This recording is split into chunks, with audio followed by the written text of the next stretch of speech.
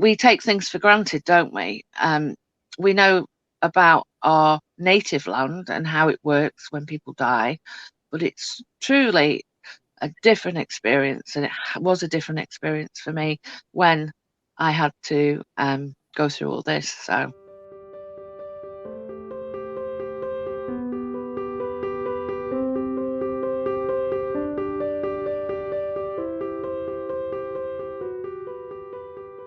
Me and Michael had gone out for the day. We had a wonderful day. We had a paddle in the river. We went for coffee. We were playing music in the car on the way back and singing. And he came in, and I'd gone off to water the garden, and he called me in and said, I've got a pain in my back. So I said, oh, right, okay, I've got him some painkillers, and I massaged his back with some comfrey oil. So he said, oh, it feels a bit better now. So he went and sat back on the couch, and I went about my business, carrying on watering the garden. And he called me in for a second time, and he said, I've got a pain shooting down my arm. I said, Michael, I don't like the sound of that. I'm going to ring an ambulance. No, I don't want an ambulance. I don't. Anyway, I did. And the ambulance people came, and there was quite a few of them at the time. There was about 4 or 5 of them. And what had happened was, while we were waiting for the ambulance to come, he went to the toilet and I went with him. And then as coming out of the door of the toilet, he collapsed on the floor. So I placed him in the recovery position, and they'd just arrived. So they obviously took over. And then I became sort of the bystander, standing outside the door, watching what they were doing. So they tried to put drips in him. They gave him an injection, and that didn't seem to work. His eyes were open. As far as I know at the time, he looked like he was still alive. And then what had happened was, I turned my head, and the next minute they're doing the thrusts on the chest. And obviously I began to panic. This was really, really serious. And then the next thing, a guy come back from the ambulance and brought this great big mechanical chest device, which, when you've never seen one before and you're actually looking at somebody you love with this great big box thing on the chest, and it's thrusting into obviously the rib cage and anything, it's quite shocking and upsetting. So basically they had that on him for roughly about 20 minutes. And then they decided to put him on a stretcher and put him into the ambulance. At the time, before they did that, I was looking at Michael, and his eyes just seemed to go all misty. I can't really describe it other than that. It was as if his bright blue eyes had suddenly, he'd lost the shine in his eyes. Mm. And I just got this knot in my stomach, and I just knew that he'd passed away. So obviously, following the ambulance, because there was no room for me in the ambulance at the time, I got to hospital. I was with my friend. She took me, and I said to her, I seriously believe that Michael's passed away. And she said, oh, don't be silly. He's in the best place. I said, no, he's passed away. I said, I think I felt it. And we got there. We were there 5 minutes, and I was called into a room, and the doctor fortunately spoke English and said, I'm sorry to tell you, Mrs. Williamson, your husband has passed away. So I did ask if I could see him, and they did let me go in and see him. And obviously I spent some time with him. He looked very, very peaceful. He was still warm. And I said goodbye to him.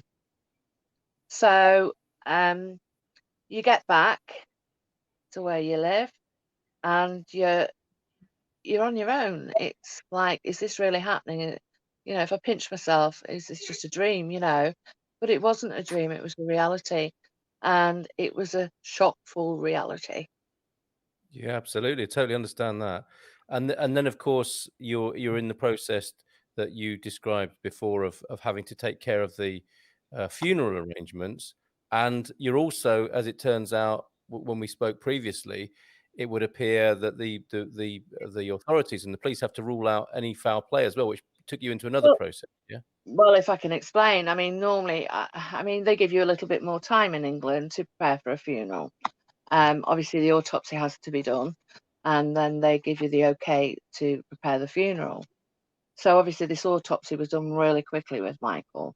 And normally in this country, you have to have a funeral within 72 hours or at least 48 hours after the autopsy. And I felt at the time, because my head was spinning, I was still numb from the shock. I felt like I wasn't here in some respects, because how do you cope with this? It's like, I was with him in the morning and the afternoon and at night time, and the rest of the week he wasn't here. Yeah. So I felt a little bit like I went to the funeral directors and I said that my husband has died. Unfortunately, I had somebody with me who spoke Portuguese, which helped.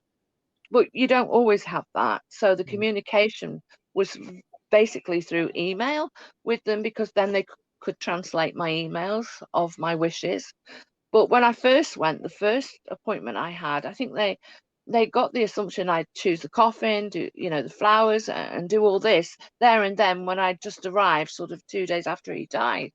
And I sort of said, look, well, you're going to have to give me more time. I need to get my head straight. So on the fourth day, I went there and I prepared for Michael's funeral. So obviously, things are different.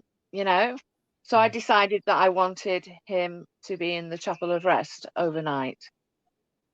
Now, with the Chapel of Rest here, where it's a beautiful chapel, it's lovely, they take the coffin in, but because we live in a hot country, there are certain protocols you must follow, and one that I didn't even consider, which obviously incurred more expenses on the bill itself, but money wasn't an issue at the time, was that if I placed Michael in the chapel overnight, because it was July, I had to have this special device which was called a cooling mat that led underneath him, Mm. to keep the body cold. And obviously that all arrived. Michael was in his coffin. And then what I decided to do, because he was a amid rock and roller and he was mad about the TT races and had been for over 30 years, Michael used to collect T-shirts. And whenever he got the opportunity, it was either a rock concert T-shirt or a T-shirt for the TT races. So I picked his best beloved T-shirts out and I draped them all over his coffin. So when people came in to pay their respects, that was there. So obviously we went along and we did what we did the next day. But the beautiful thing about the chapel was, you don't have this in England. When somebody's placed there overnight, the relatives, the friends, the family can actually stay there overnight and be with their loved one. Mm. So I thought that was really, really special to be able to do that. And obviously, they supply tea and coffee and drinks and cakes and stuff to sort of keep you going through the night. But it was just a beautiful way of one, accepting it and dealing with it, but also having the chance to be with him, you Yeah, know? that does sound really special. And so you felt, Yeah. despite the earlier difficulties, you were able to give him a decent send off. Oh, yeah. Yeah. Yeah, he did. Oh, that Uh, sounds good. when he was at the crematorium, because he loved Status Quo and he'd seen them over 100 times, I played the song "Rocking All Over the World" for him, Oh, good. as he was descending. So, yes, we celebrated his life. Yeah. That's what we did, and I think that's what's important when somebody dies. Absolutely. Yeah, absolutely, for sure. And then you perhaps thinking that that was it, you were then brought into another level of difficulty and challenge with Yeah, how it had to be resolved with the authorities. yeah. Obviously, protocol here, which I've since found out, is that in the event of somebody suddenly dying, obviously you would get a visit from the police to invite you to come to the police station, to give your account of what happened at the time when that person died, and the actual particular day as well. Well, in my event, it didn't happen. And it was several months later, I had a knock at the door at 7:30 at night, and it was two police officers outside. who didn't speak English, who came in with a form that was instructed by the court to interview me. But I had to go down to the police station to do that. So obviously I had to wait 48 hours before I could do that. So things were going through my mind a little bit, and I'm thinking, ooh, I feel a little bit like a criminal here, you know. And then I contacted the embassy in Lisbon, the English embassy, and I said, this has happened. Could you help me through this? I'm not quite sure what's going on. And they said, well, normally they do it within the first couple of weeks of somebody dying. They shouldn't have really left it several months, and then come and sing you. So I went to the police station. They were great. It wasn't a formal interview at all. It was an informal interview. They filled a report in and sent it back to the court. And it was as simple as that.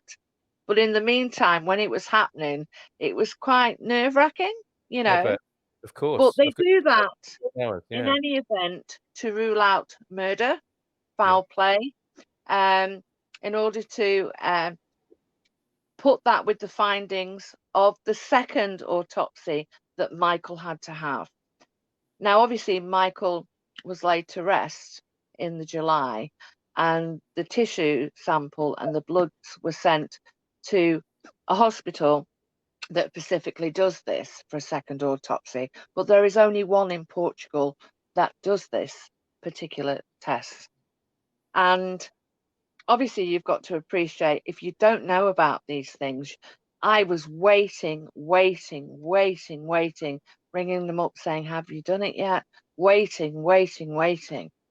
And the thing is, if there's only one hospital that's looking after this huge population here, and people do die on a daily basis, they're obviously bound to get a backlog. Yeah. And that's exactly where it was with Michael. So he died in the July, and I didn't receive the confirmed autopsy of his death until the 14th of February. That is quite a delay, isn't it? And then a lack of sort of resolution or completion for you. Yeah. And Yeah. I think that was difficult for me because Of course. obviously I do know now how Michael died. Michael had a massive heart attack, and there was nothing anybody could have done to have prevented his death. And the thing was, apart from that pain in his back that he got, and then that secondary pain in his arm, there were no symptoms, nothing to tell us that that was going to happen. Okay, so there was some comfort possibly in the result. Well, yes, of course, because it's the not knowing. Yes. It's the not knowing. And, things were just going through my head all the time. I couldn't rest. I was restless within myself because I really wanted to know what had happened. Of course. Because the first autopsy didn't tell me anything. Yeah. Debs, thank you so much for sharing all of that, which I'm sure will be helpful to people. It's not an easy thing to talk about, so thank you for doing that, and I'm sure that may in some way make it easier for others who find themselves in a difficult situation. I'll come back to you to ask you what you would specifically recommend to people, to be proactive in this regard. But Jacqueline is with us as well, and you found yourself, I think, Jacqueline, in a similar situation where there was a sudden death of your husband, which had to respond to. Now, both of you, presumably, the first call you make is to the Bombeiros, the emergency services, yeah? Absolutely. Do you want to tell us the circumstances for you, Jacqueline?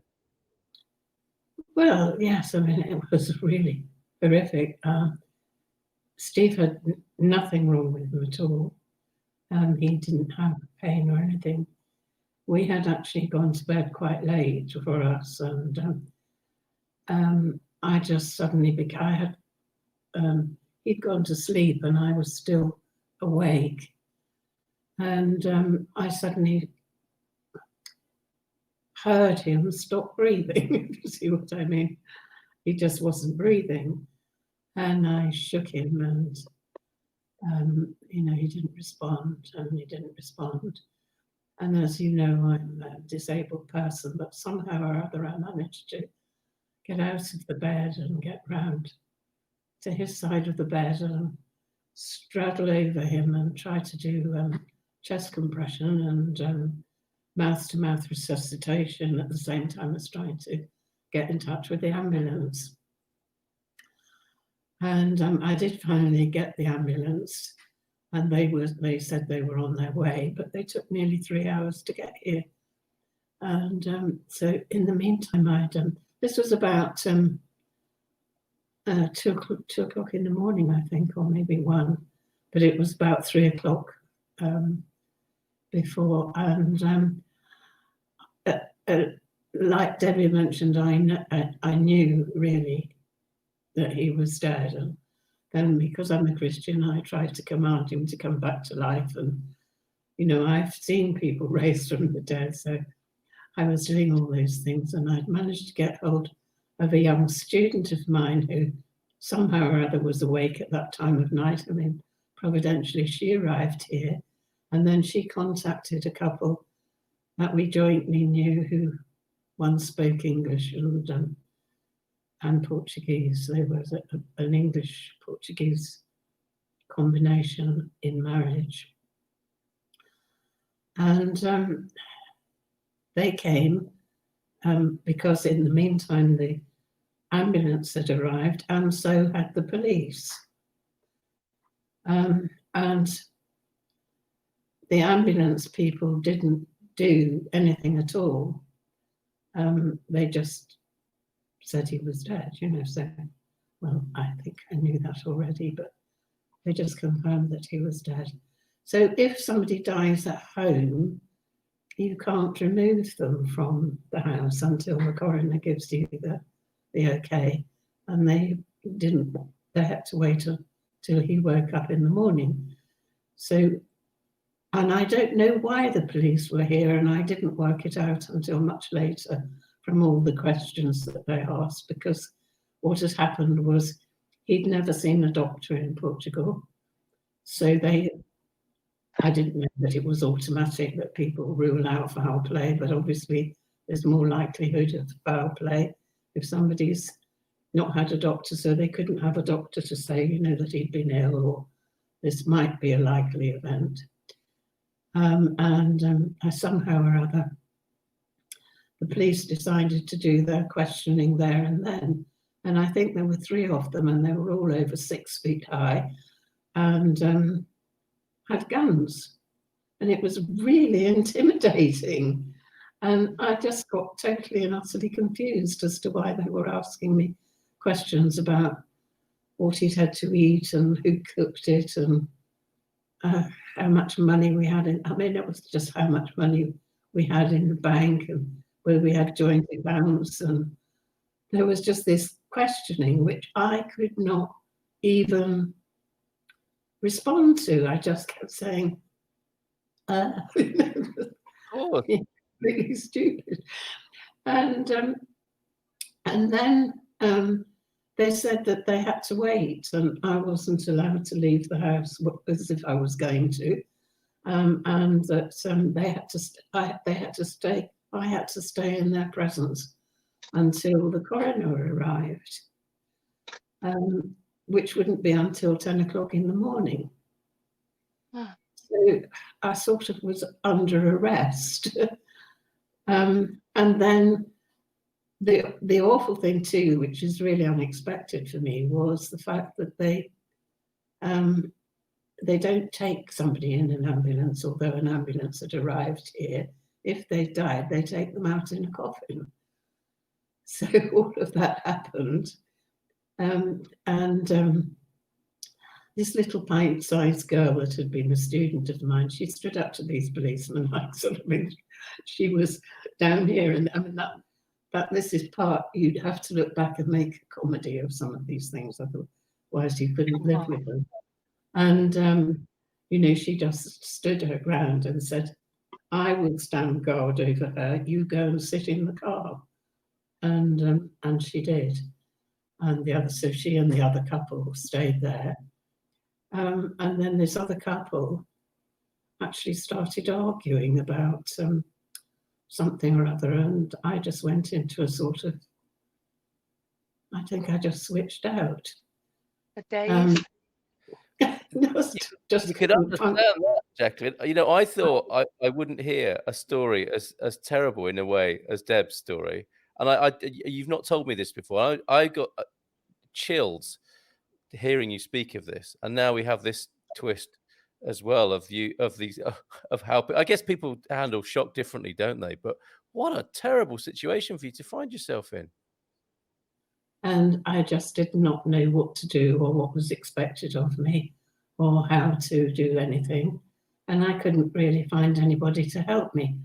And but actually, because of the circumstances in which he died, they decided to do a post-mortem. And I believe that it was on must have been Thursday or a Friday, and they couldn't do it until after the weekend was over, which actually gave some breathing space. In a way, so my family were able to come over, and they helped me then decide what to do from there on. And I'm, as you know, I'm a Christian, but I'm not a Roman Catholic, and I didn't want to do the whole sort of service type thing. I wanted to do it myself. And after quite a while, we found that there was a little church in a village close by that had just built one of these rooms where people go and do the vigil. And I discovered in the last few days it's called guarding the body and sending the body. And so I can understand that was a good thing, but I couldn't go because it was up an awful lot of steps and they didn't have that. But it was a new room. And then the funeral directors actually were quite helpful, but the whole thing about money emerged then for me because it was quite hard to get the money together beforehand. And then it got even harder afterwards because everything in my life fell apart financially and everything else. So it was something that people need to know, definitely. And so what happened with me, I have now taken out a funeral plan myself with this company called Avalon, which I believe I sent you the details of some time ago, Carl, who you can carry a card and they just deal with everything because I would never want anybody to go through. I went through and that's something that I would recommend that everybody did because they move in, they take over, they get in touch with relatives, they do everything because they have lists of everything that you want to happen. I didn't get the sense of that Debbie did because I wasn't present, and it seemed like another weird process to me. And then there were people asking me whether I wanted the coffin open or closed, and my family was going to come over obviously for the burial, and he's actually buried in a plot in that little church up there, and they were absolutely lovely, those people, but I didn't deal with them myself because what happened was they got me back into bed and my body just stopped functioning. So I had to do everything from bed. I mean, it just sort of imploded and refused to work. I couldn't even hold a book in my hand. Wow, understand. So, there are, I think the most awful thing is feeling you're being accused of murder. I mean, I can totally understand it retrospectively, that they have to do that. And I've since spoken with the police and they say that there is a very, very large percentage of marriages that end up with one or other killing the other in old age. I mean, it's a huge percentage, so I understand it, now, but there must be a better way of doing it. I agree with you. I agree with you. There needs to be a little bit more sensitivity, I think, with the way things are handled. Yeah.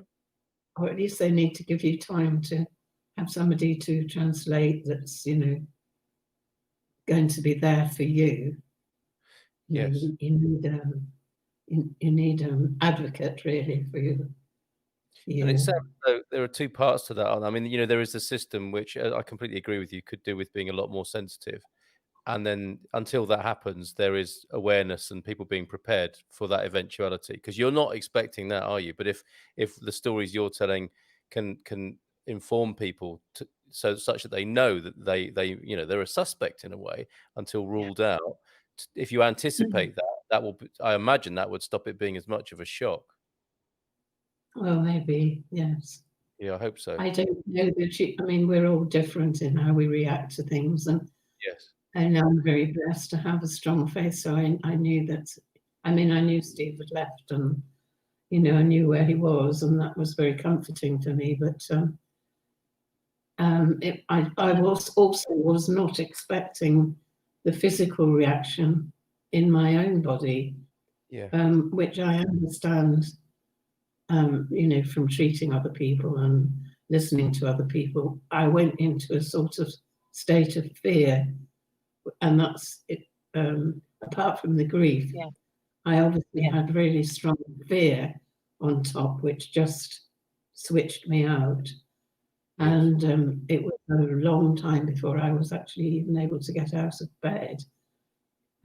So I sort of conducted a funeral, if you like, from my bed through an interpreter, through my family, in the and that the funeral directors were wonderful with that, because a friend of mine who was an estate agent here came, and he was the only person that came, and that was the other thing that was really hard, because I was completely on my own in it. I had no church family, didn't come. No, I'm going to cry now. Oh, bless you.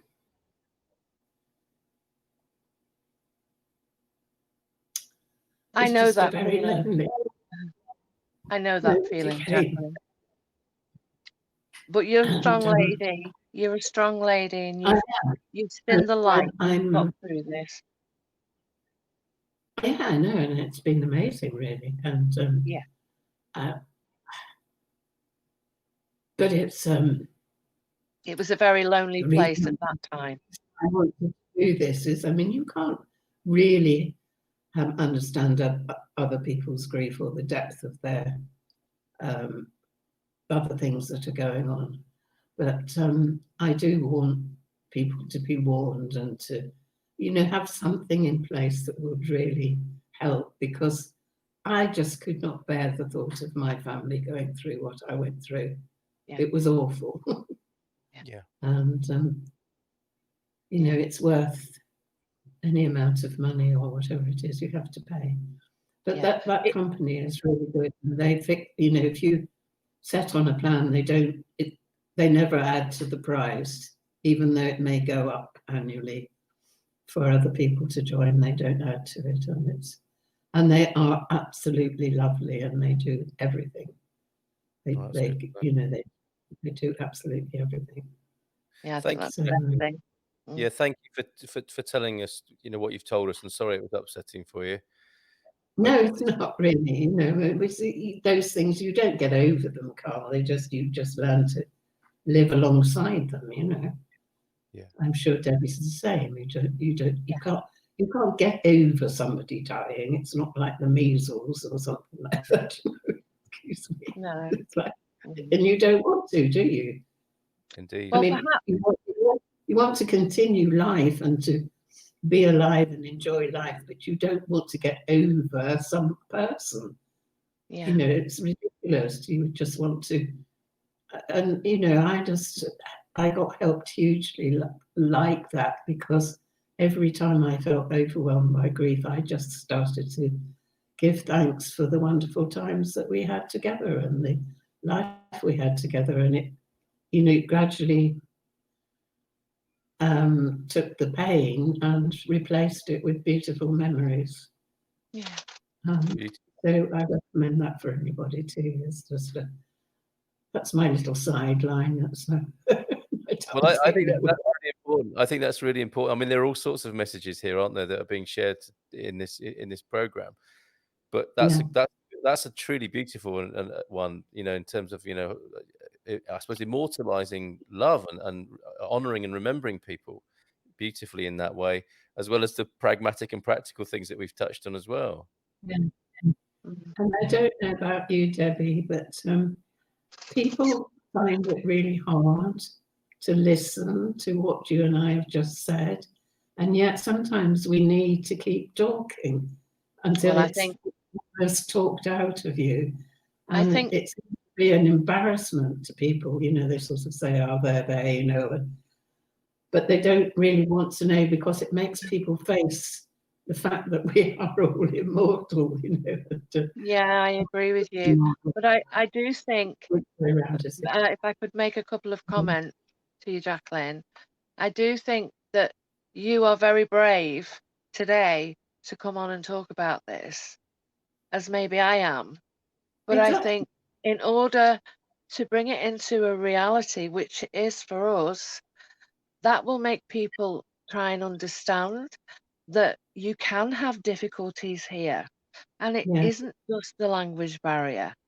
But what you said to me, because obviously I haven't heard your story until today, has made me, well, my brain has started to tick.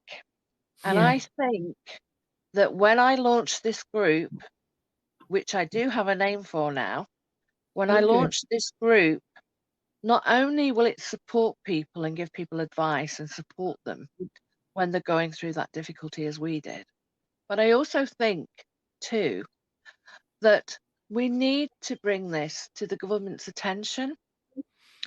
And if I have to lobby them, as I have done in England before, I will lobby them to make sure that maybe a new protocol or a new approach could be applied for people like us.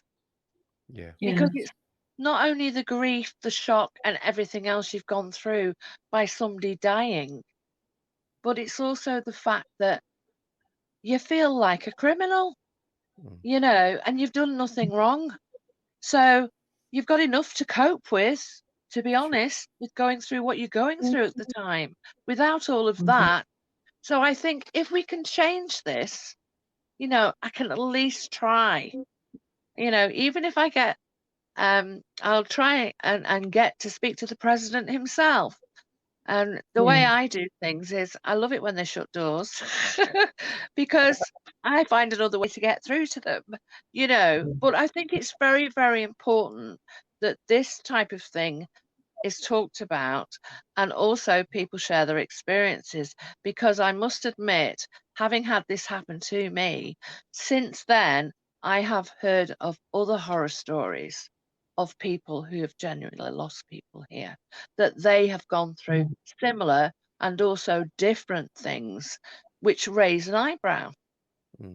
So we really need to sort of use a sympathetic approach towards the government, but let them just hear our side of it and say, what can we do about this?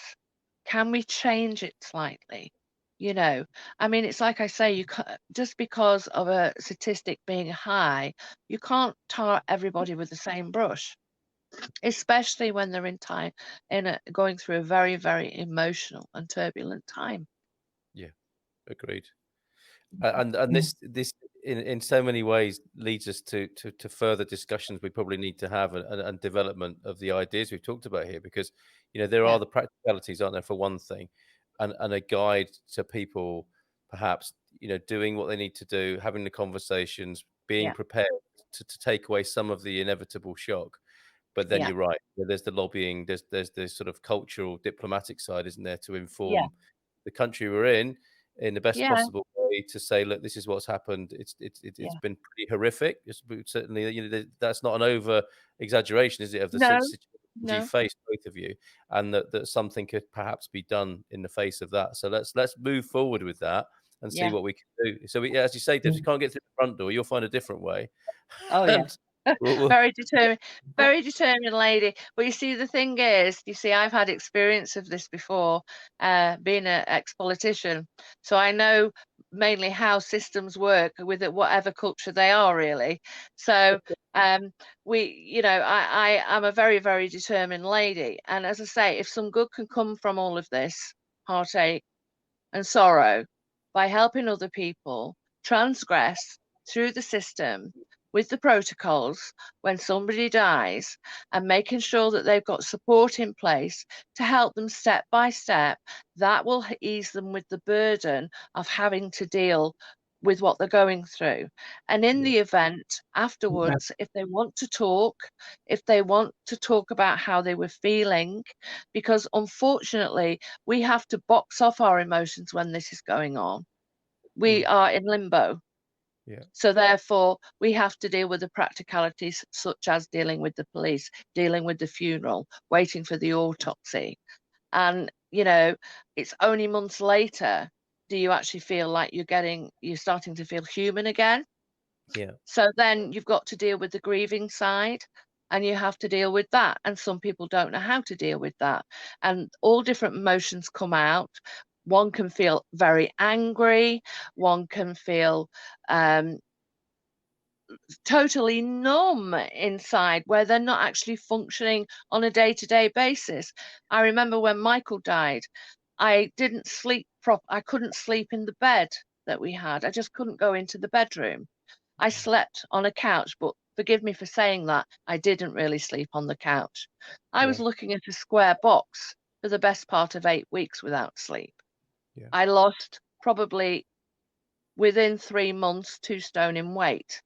My regularity, my routine just went completely out of the window. I wasn't bothered about eating. I wasn't bothered about looking after myself, because I was in this bubble. I was in this limbo. Yeah. And the thing is, that's different people handle grief in different ways, and sorrow.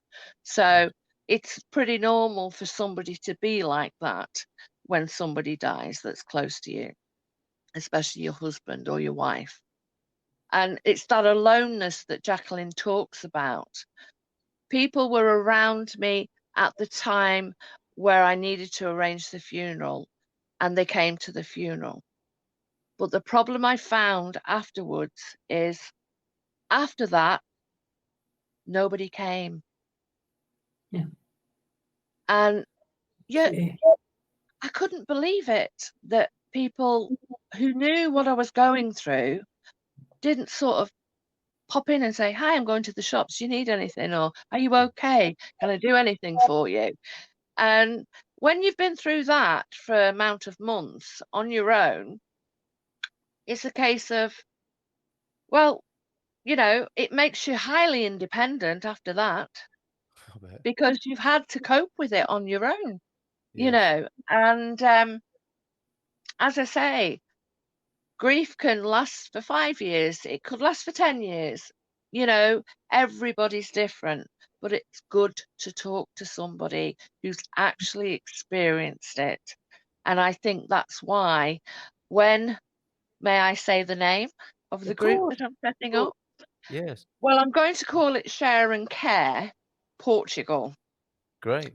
It's an advice and support organisation for grief and loss. So yeah, it's going to be not just helping people with the practicalities, it's going to be helping people with the emotional side of it as well. Mhm. But playing now, as I've made a decision while we speak, Mhm. to change the system, if I can, to bring to the attention of the hierarchy, so to speak, that this is what people are going through. And we need, we respect your country, we love your country, but at a time of loss like this is not what the people need from the police side. Yeah. We can't help how long it takes to do a second autopsy, because that's the way it is. There's just one hospital that deals with the population. Yeah. So it could become partly a campaigning group to deal with that side of it, but also a practical group to advise people, because not everybody here has a Portuguese friend that will translate for them. Mm. And then people don't speak fluent Portuguese, so they need help. Yeah. They need help to contact people and know where to contact people. Yes. You know, it's like sometimes when you live in your little quinta, or you get used to your village and everything, but you don't speak Portuguese, and it can happen at any time, as you know, Carl. And the Mhm. thing is, if you've got something like what we're going to achieve, it's great, because there's somebody here that speaks their language and can explain everything to them of what the Tremendous. procedure is. Yeah. I'm And I so think glad to it's hear that. needed. So Share and Care Portugal Yeah. begins here Yeah. from here on in, and it will have the very immediate supportive Yeah. Yeah. cultural The advice and legislative advice or whatever of the to help people, protocol. and then Yeah. The perhaps emotional campaign. support. Beautiful, sounds great. And how will people get in touch with you to see Well, how? obviously, I've got to put pen to paper now, Yeah. and I've got to write a constitution Okay. on how this group is going to operate. And obviously, if there's anybody out there who wants to help me, I know Jacqueline does. They're very welcome to PM me, and call our first meeting and try and put all this together. And then obviously, I'm relying on you, Carl, and maybe the local radio or newspaper. Or even the television, who knows, to make it known that this group actually exists, and they can put it in their advice centres and things. One of the very, very important messages, what I need to get across is, which we've talked about briefly and touched upon it, Carl, is that when you do move to a foreign country, you do need to talk about, in the event of something happened to either one of you Yeah. or a family member. So I know people don't like talking about these things, and I understand that, because it can make people really upset and uncomfortable. Yeah. But look what happened to us, and it can happen at any time. And whether it's an informal chat or a formal chat with your partner or your family, I think things need to be in place, like your wishes and things like that, because it just helps the living person who's left behind deal with it a lot better. Yes. And as I say, the protocols about the wills, making a will in a foreign country, or if you have an English will, these two have to be interconnecting. They have to be the same and interconnecting. And then when you die, things are carried out the way you are. Another thing that I'd like to put across, which is really important, there are a lot of people in Portugal living on their own in Yeah. their little quintas. Yep. And I do know of a few that are friends with single people, and they ring each other every day just to make sure they're all right, which I think is a wonderful thing to do. But obviously, as long as we are needed, as long as we can do our work to help people and ease the burden of what they're going through, I think it would make such a difference for Portugal. So we'll put some contact details as they emerge in the footnotes and comments of the videos. Yeah, Someone else that came to mind is Safe Communities Portugal have a really good relationship with the police force in yeah, Portugal, and yeah, their president is a senior ex-police officer. yeah. So I'm sure that you could get some help from Safe Communities. I'd love to talk to him. Yeah, Jackie, yeah. sorry, you want It's to say something? networking. That's what it's going to all be about with this group. It's Yeah, networking, yeah, making sure that people know about this. yes, It's a voluntary group. Nobody's getting paid to do the work or anything. We're doing this because we want to help people and not have them go through the same thing we went through. indeed. It's as simple as that. Yeah, Jacqueline, I think you wanted to add something there. I do, because it's separate but tied in. I mean, I had an awful job proving the will because it wasn't the right sort of will. I mean, it was the right sort of will in England, and they have to honour a will here, I've been told that. But even the legal people got sort of confused in the end, and the British consulate helped me with that. But there was another issue. I was told rather, I had the wrong sort of marriage. What? So that is stated in the will in some form or other. Okay. So it's where there's one type of marriage where property automatically goes to the widow, but there's one sort of will where it doesn't. And we apparently had the one that didn't. So I mean, it was like, that's why it took so long to sort everything out, even though we had the wrong sort of marriage for the Portuguese. I mean, even though the will was recognised, and why it took so long was because of that. And in the end, a lawyer had to contact 3 different, what are they called, the people that, notaries. Yeah.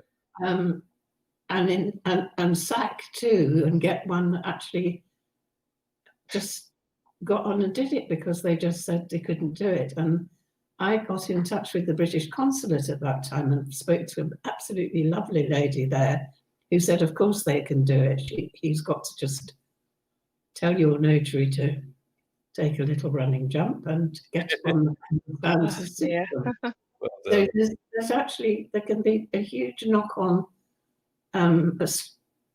stress from that goes on and on and on. So I think we need in this association, or whatever it is going to be called, some actual legal people who will act for people who know what know what they're doing. Yeah, exactly. Sort of marriage, so you can get the right sort of marriage organised first, and the right sort of will. And also produce the right sort of wills. Yeah. So I think really we've got two key messages here, it seems to me. One is to have the conversations that you mentioned there, both of you, I think, to talk to your loved ones, to talk to the people in question here, to save each other from possible difficulties in the future in the event of an untimely and unexpected death. And anyway, because it's going to happen to all of us at some point, isn't it? So it's good to have a calm and practical conversation as much as possible. And none of us really like talking about it, but it would appear it would be a good idea to do that. And the second thing is to watch this space and see how this develops, and see how both of you will be available to people, at least with your experiences. And it sounds like a whole lot more in terms of support and knowledge, information, and so on. So thank you both very, very much indeed for Very welcome, Carl. You're welcome, Carl. And I hope I'm sure I speak for the 3 of us. Hope that this will be of help and comfort to people at difficult times. Yeah, I'm sure it will. I'm sure it will.